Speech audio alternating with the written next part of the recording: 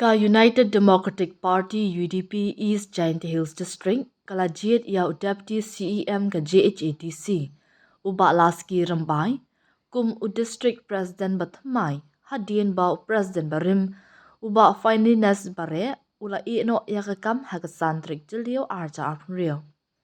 Ha ukurwa la pentip bahaga kat kendai trik jilio dakawe kasur lajit President ya uba laski rambai ubabat ru ya kashuki Deputy Chief Executive Member ka JHATC.